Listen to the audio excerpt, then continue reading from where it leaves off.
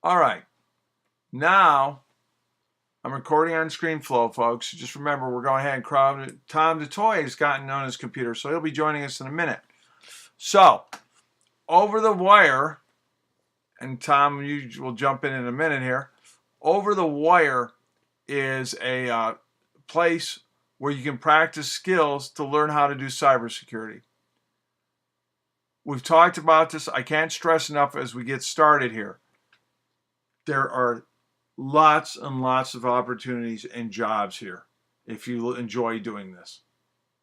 So it's really important that you only do what we'd say would be ethical hacking or white hat hacking. And we're going to go over that more. We want to do a little bit so you get a sense of this now with Over the Wire. And then we're going to talk some more about the ethics of this. Folks, a couple myths out there. One big myth. And Tom will jump on. He can back me up on this. Don't think, well, I'm going to go do something I know I shouldn't do, but I'm so smart that I did it that if I do get caught, the banks will thank me. No, they won't. They'll put you in jail. The days of them hiring a hacker to develop their security systems are long past. You are considered a nuisance, and they will put you in jail because they don't want you breaking in. If you did somehow get past everything, you've embarrassed a bunch of people. So you are definitely going to go to jail. One of the big hackers out there who's a Russian, was vacationing in Barcelona, Spain today, and they arrested him. So that's the stick. The apple is, the good thing, the carrot I should say, is lots of jobs, pay well, keep your nose clean, don't do something stupid. Shouldn't do stupid things to begin with, i.e. drinking and driving, i.e. speeding. To begin with, you're liable to hurt yourself. That's the most important thing. But if you keep your nose clean in those areas, you can get the security clearances to go do this. And, a cybersecurity expert getting a master's degree here in Charlotte should expect them to make close to $100,000 a year. $100,000 a year at age 24 is pretty sweet. All right, folks? So, just remember, what we're showing you is so you understand it. And the reason we're showing you how to get around there is, one, we're teaching you networking, and also we're teaching you how to understand and protect the system. You got to be able to get around in it and what people would look for. So, this is called Over the Wire. I'm going to go to that website right here. I want to show you what we're going to look at and what we're not going to do on it. So here's Over the Wire. It just looks like this. It's very simple. If you're saying, well, I was expecting something really special, well, hey, this is a open source thing. It's done by volunteers, but it still works. Now, the place I don't want you going is into Warzone, because you may or may not have the proper security on your own computer. Somebody on Warzone, not maliciously, thinks they're on a simulation, and that simulation happens to be your computer. You don't want that, right? And let me see here.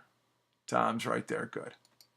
All right. Then, so let me go back here to our slide. So please avoid Warzone for now.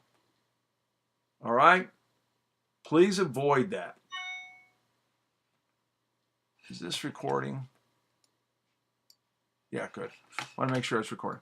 All right. So, in the time we have, we're going to need to do, it's going to take a little bit to get through the first three problems. And we may, depending how fast we go, you may be going on yourself to the next problem. That's okay, but we're going to show you these things. So, you go back to War Games. You're going to go under something called Bandit.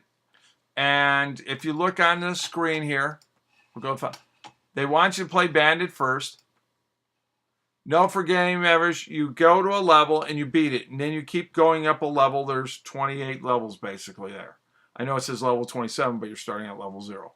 Like a classic programmer. We don't waste 0, right? So, and you're going to find that we use a lot of Google. Sometimes in school, and I get why, we'll say don't use the internet to look up answers. In tech, we tend to encourage it because there's so much stuff we can't keep it printed. We're the most current. And we recognize it's a lot of work to track this information down. I think Tom would testify. Do you agree with that, Mr. DeToy? Yeah, yeah. The rate of information that we accrue as a civilization is ridiculous. You know, you can't stay up with it. Exactly right. So, and anything I've said so far, do you want to add to anything I've said so far? No, just I guess from the don't look it up on Google thing. The whole point is to teach you why the answer is such, and if you don't know why you're googling something, if you just Google the answer, it might give you the answer without telling you why it's the answer, and you haven't actually learned anything necessarily. If you Google looking for why something is the answer, you can gain a lot more out of it. Agreed. Agreed. That's a really good point, folks. You just don't. It's kind of like code. When you're learning code with Tom or with me, if all you do is copy our code and just copy it and don't think about it, then you're really not learning anything. You get the program run, but you don't understand why. So but we don't want you. It's a balancing act here, and you're gonna have to decide. We want you to research sometimes these problems, figure out what you think the solution is, and then later on you can get the solution. But you really, when I say research it, for example, in Bandit, if you go to after this first level, it'll say, hey, helpful material, secure shell on Wikipedia, how to use SSH on Wikipedia. So the command you're looking up is SSH. You might want to look up, well, what is SSH before you get in there. All right? So, Tom, I'll just get them started here. Well, you can help them maybe get Putty together here in a minute. So you're going to need that, and they mention SSH. Well, to do SSH, and this is what it would look like when you go to the first page, we need to find out what SSH is. And I'm probably hand this over to Tom here because he knows Windows much better than I do. But we're going to, SSH allows us to have a secure network connection to another site. On Macs, do it natively. Basically, they have a Mac version of a Linux program that does this. Windows, now 10, you don't need it. You just use OpenSSH. But Windows 7 users, you got to use something called Putty. And Tom, do you have control of? You want control of the screen? Yeah. I can walk him through. Are you good with that? Yeah. Okay. So here I'm gonna make Tom the presenter here. All right, which one's me? Me. Okay. I'll make presenter, and I'm recording it here. I hope you're recording it as well, but we'll get it. I'll make your volume louder. All right. Well, welcome over to my computer. So, SSH, like Mr. Dubik said, runs natively on Macintosh computers and on Linux computers. There's just a built-in terminal that is able to handle SSH. There isn't anything built into Windows before 10 that does have that capability. However, there is a fantastic free program called Putty that will do that. Will run SSH, and you'll be able to, either remotely connect by SSH. Actually, yeah, let me go ahead and send you that URL. There you go. That's for just like general information about over the wire. It's a free open source program. It's wonderful. It's fantastic. I use it in many things. It's already installed on my computer, so I'll walk you up to the process of actually starting the installer, and then, unfortunately, I have to, let you fly on your own there because it's already installed on my computer. But basically, you can either just search Google for Putty, or I can go ahead and give you the URL right here, putty.org. Very straightforward. But yeah, Putty is an SSH and Telnet client developed originally by Simon Tatham, who also makes a pretty nice collection of puzzles that are available for free on the internet if you're ever, bored in somewhere. It's open source. You can download the source code if you want to, and muck about in it. Although I don't generally recommend doing that until you get more comfortable with coding. Yeah, you should be able to. Windows 10. You should be able to just use OpenSSH in Windows 10. Yep.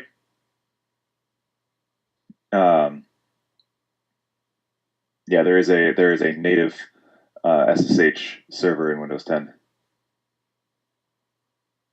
and SSH build terminal. But you will have to follow a couple of steps in order to install SSH, OpenSSH. Because it doesn't actually it doesn't come installed. Yeah, OpenSSH.com. Yep, makes perfect sense. Thank you, William.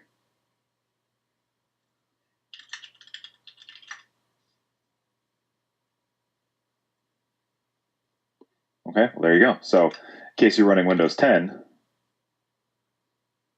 boom. So I misspoke. It doesn't actually run it natively, but, well, I guess it can't be right all the time. But yeah, so basically, just go ahead and download you're going to get to this point if you're using Putty. And again, you might want to make sure of your operating system, whether it's 32-bit or 64-bit. Chances are most of your computers are going to be running 64-bit. If you're not sure, though, you can generally pretty safely run 32-bit because there are a lot of there's a framework in place to emulate a lot of 32-bit programs on 64-bit computers, but not vice versa. You already have Putty installed, so can I use it? I already have Putty installed, so can I use it instead? Yeah, totally. If you already have, Putty or OpenSSH installed or whatever, there is no need for you to download something else, especially if you're already familiar with something. So if you already have Putty installed and you've used it or whatever, use Putty. I'm not making you use OpenSSH or, Putty or whatever. Yeah, just use whatever you're most comfortable with.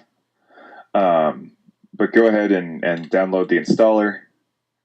Again, if you're entirely unsure, you're probably pretty safe going with the 32-bit. Well, you're definitely safe going with the 32-bit, but you're probably okay going with the 64-bit. Because if I remember correctly, most of you guys are probably running 64-bit on your computer. But it's an installer, so it's just like if you've installed anything else in Windows, you're going to be familiar with the process. You just click next. If you want to, put an icon on your desktop so that you have easy access to it. Otherwise, you'll just have to find it in your computer after you install it, which, can be a pain. But again, you are the steward of your own computer, so I'm not going to make you do anything. And then once you have, it should be a fairly short process because Putty is a very lightweight program that installs fairly quickly as well. So once you have that installed, just go ahead and raise your hand.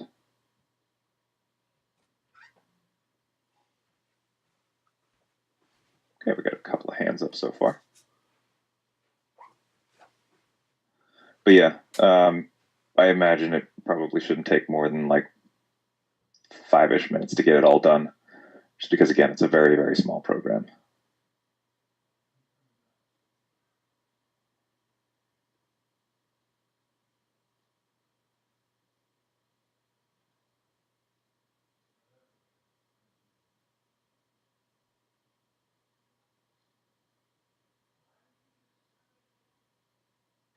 Got a couple more hands.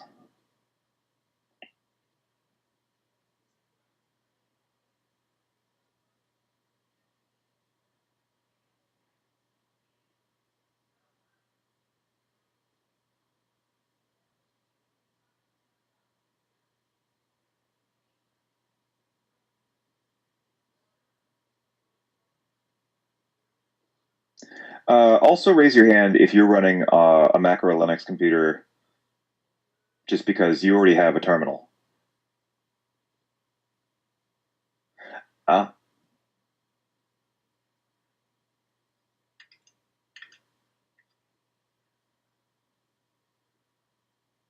That's okay. I'll just go ahead and put that in the chat as well, but it shouldn't be a huge deal. Still, though, I appreciate it, William.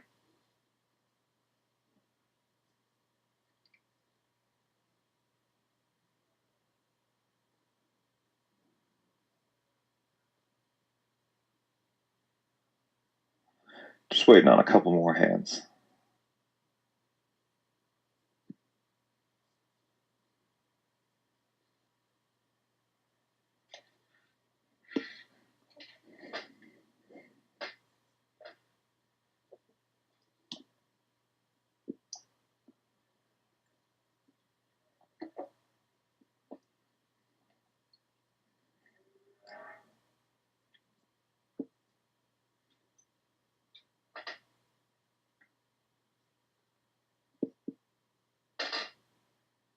think I'll actually walk through the command in order to SSH on a Mac or a Linux computer, since you guys already have it installed.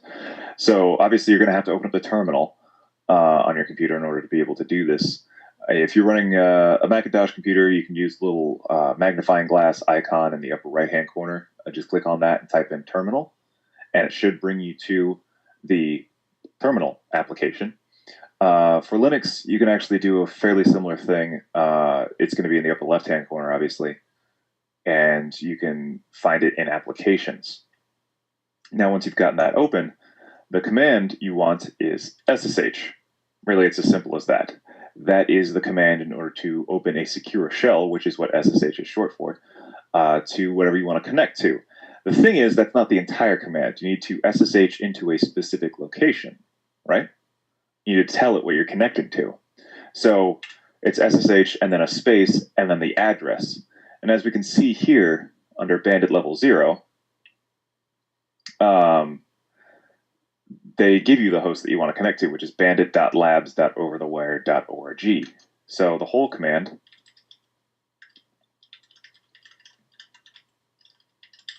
would be this. It would be SSH space and then the location that you want to connect to. Are you running Windows 10, Brandon, or are you running an earlier version?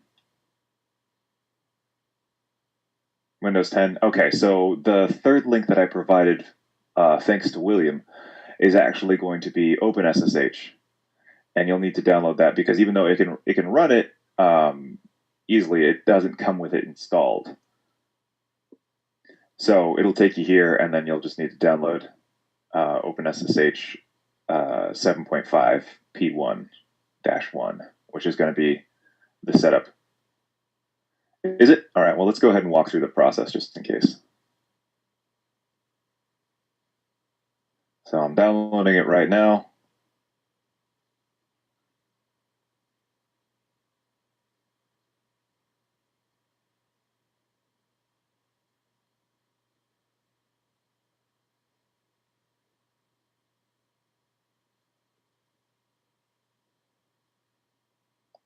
This is an SSH server, though.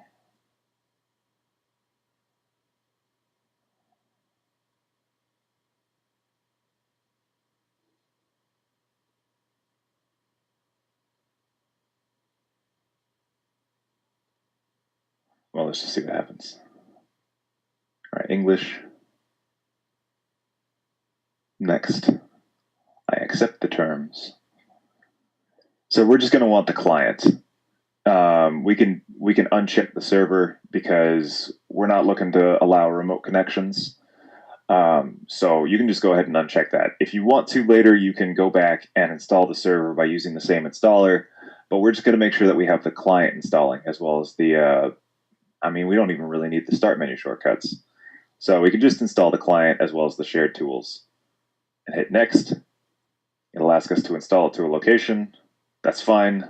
I'll have it installed there. Click next one more time. It's going to ask us where we want to put it in the start menu. Not incredibly applicable in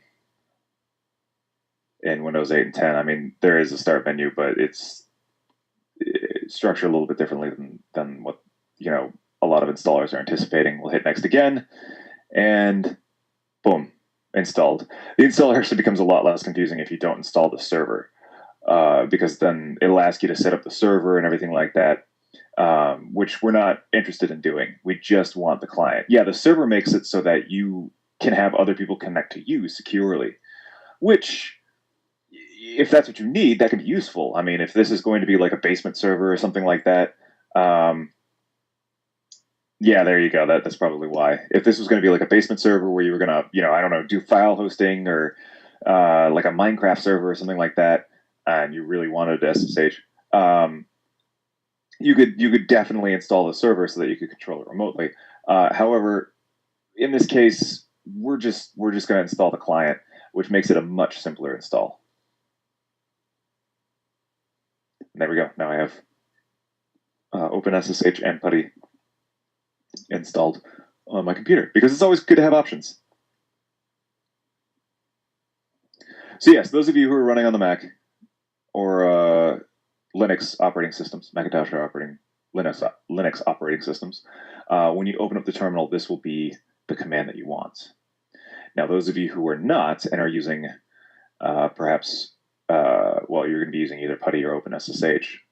Let me go ahead and get Putty open, and I'll show you guys how to connect on Putty, because that's one that you're definitely going to want to know as well. It's a different process.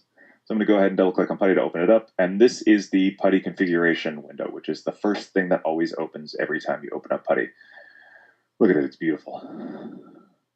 So we've got a whole bunch of options over here on the left-hand side, including just different connection options and things like that. We're actually just going to ignore all that stuff for now.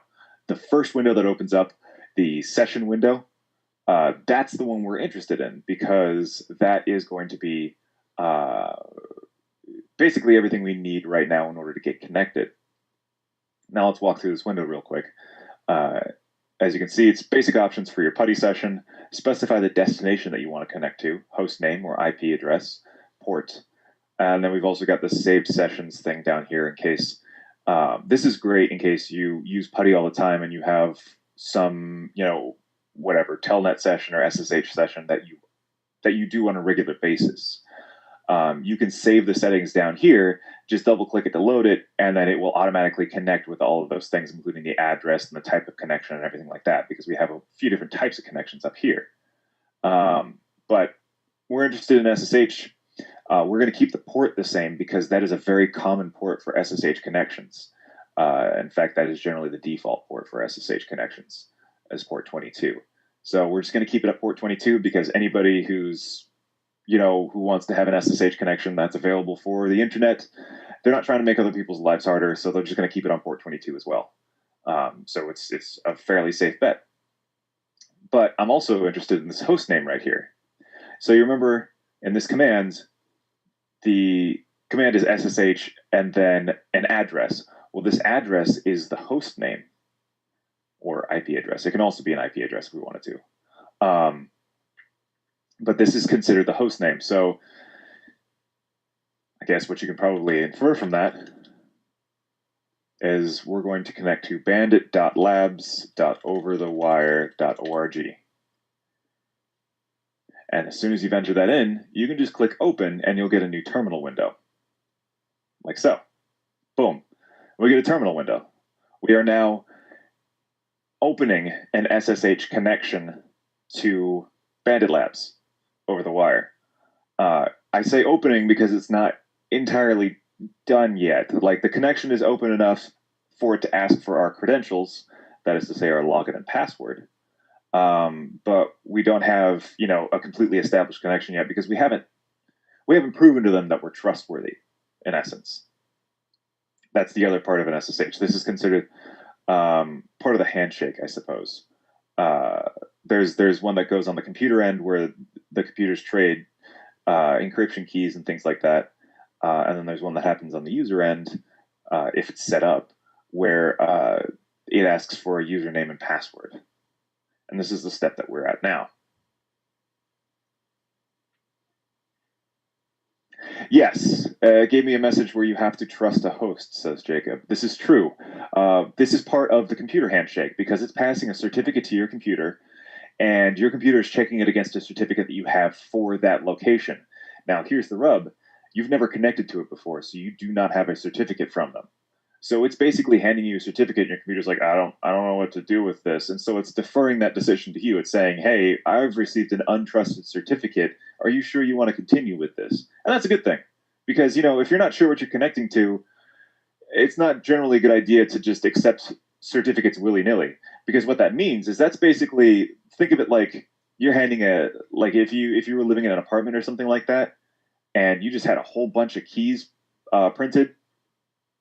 A certificate is kind of like you're giving a key to somebody, because later on that computer can connect to yours and it will say, hey, here's my certificate. And the computer goes, yep, checks out. I have this certificate from you. You're definitely you. And of course it's going to time out because I sat here not doing anything. But it's going to go, hey, this checks out. And yeah, you're clear to enter. And so that computer basically has access to your computer. That's the other thing that you want to keep in mind is connections go both ways.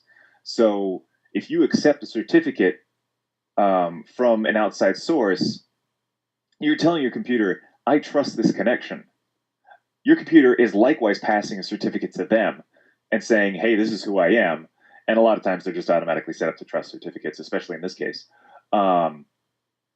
So, you know, it just logs it and goes, okay.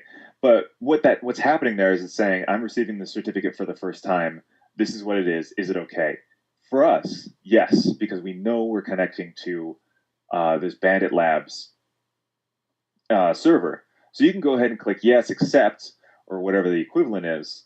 You'll never see that message again once you do that. But yeah, so that's just what that means. So let's see here. I'm going to go ahead and reopen my connection because I sat there for too long. What is it? Oh, orgy. Okay. Of course, it's actually sitting right behind the window. Hit open. It'll ask for a login. Now,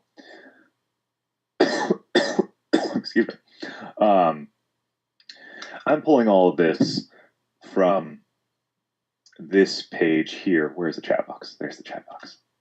This page here, which is basically just, it gives you some information about what you want to do for each level, which is very useful, A, to give you pointers, and B, also, it contains helpful reading material so you can learn a little bit more about this.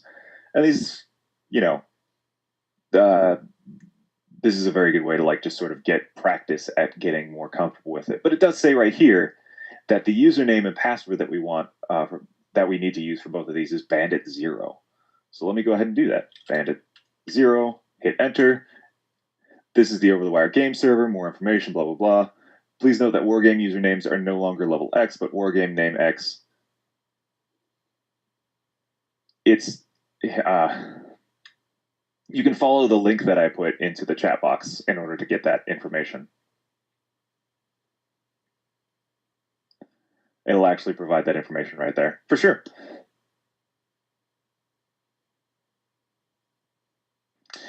It gives you some basic information about the server and everything like that, and then it'll ask you for the password. Now, I don't know if you can hear me, but I'm actually typing the password right now, but notice how the cursor is not changing. It's actually a security feature in terminals.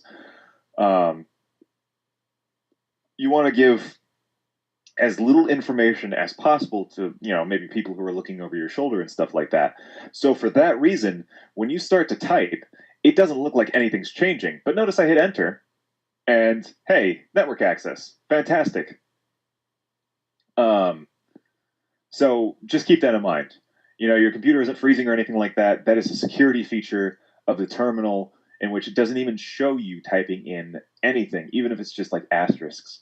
It doesn't show that either because, you know, again, somebody could be looking over your shoulder or watching you type on your computer at a distance and watching your screen. And if they see how many asterisks you put in there, they have a clue as to what your password is. As soon as they know how long it is, it's possible to do stuff like brute force it. So if they have no idea, you know, it just makes somebody else's life that much harder. So it's a safety thing. So we get the welcome the over the wire. We're, you know, some more information about the war games and things like that, and some tools and stuff. But we are currently in Bandit 0. And now here's the thing. Bandit 0, in fact, anything in Bandit and in, I believe in war games in general, runs on Linux-style commands. So, like, if I type dir, it'll work. Okay, so it'll do that as well. But also ls works because ls is a Linux, basically list contents command sort of a thing. So we can take a look at everything that's in here, and there isn't much. All it says is readme. It's listing the entire contents of the directory that we're in right now, and there's only one thing that is readme. So let me go ahead and type readme. Nothing happens. So this is another purpose of over the wire. It's to get you more confidence in navigating the terminal. Just typing README doesn't mean anything because terminals take in commands and then basically targets for those commands, if applicable. README is not a command, and it cannot infer anything based on that. What we have to do is we have to give it a command in order to look at this README file. And the most basic one that's built into any Unix-based operating system is cat. If I'm remembering correctly, it's short for concatenate, which basically is just to add to the concatenate is a fancy word for add, but I believe we're concatenating the file to the terminal outputs. Anyway, point is, it's cat. Cat just simply means to output a plain text file to the terminal. So if I cat readme, I get this gibberish. This is the contents of the README file. There is, no error in translation here or anything like that. That is literally what's contained in the README file. Like if I were to open up a text editor, that is what's in the README file. I am currently in a terminal text editor. Don't worry about, what I'm doing here or anything like that. But yeah, this is all that is in the text file.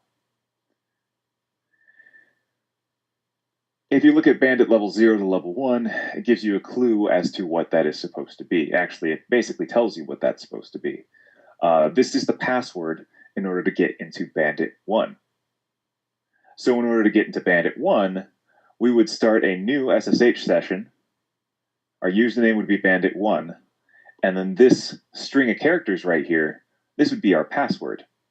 So same basic idea as to what we did before, except instead of bandit 0, it's bandit 1 and then BOJ9JBBUNNFKTD78OOPSQOLTUTMC3MY1. That was a bit of a mouthful.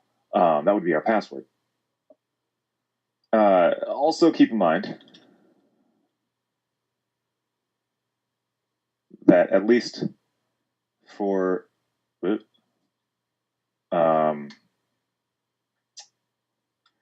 things like Putty and stuff like that, your traditional copy and paste aren't going to work. So if we right click on the little icon up here, we can actually copy what we highlighted to the clipboard. And if we right click,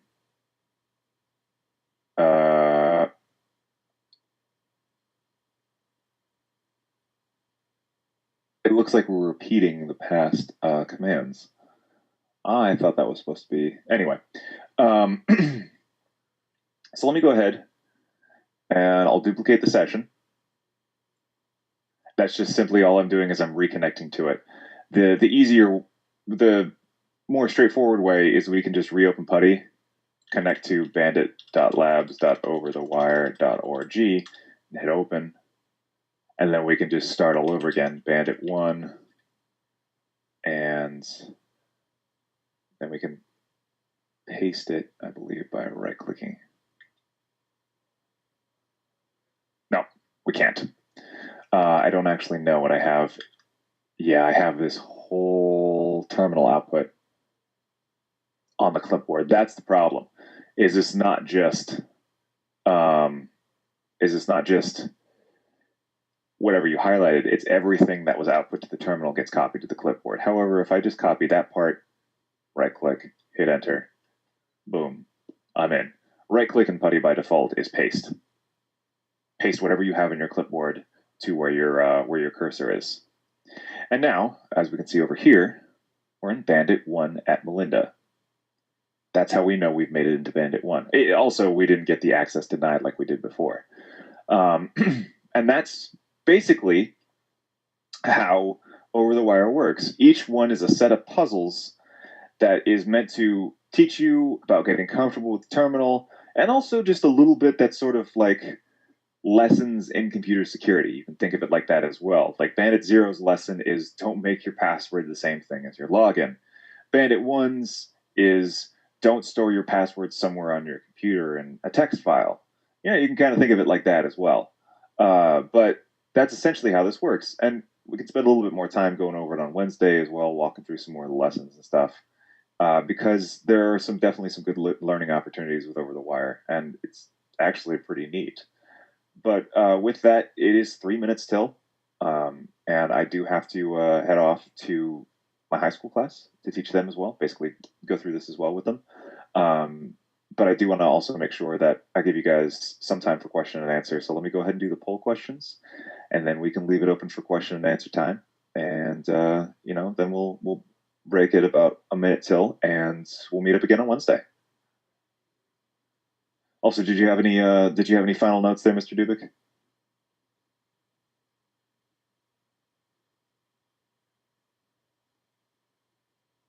All right then. Well, I'm launching the first poll question.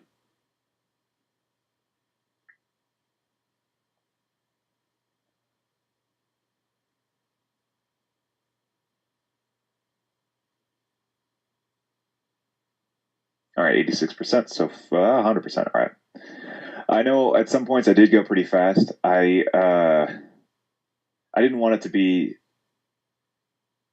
Basically, I didn't want to reveal all the answers. I know I did go pretty fast through it, and that was just because I sort of wanted to introduce you guys to it. But we'll spend a little bit more time going over everything on Wednesday, going through each individual lesson a little bit more slowly, so that you guys can understand why we're doing this and stuff like that. And it should definitely help out. And the second question.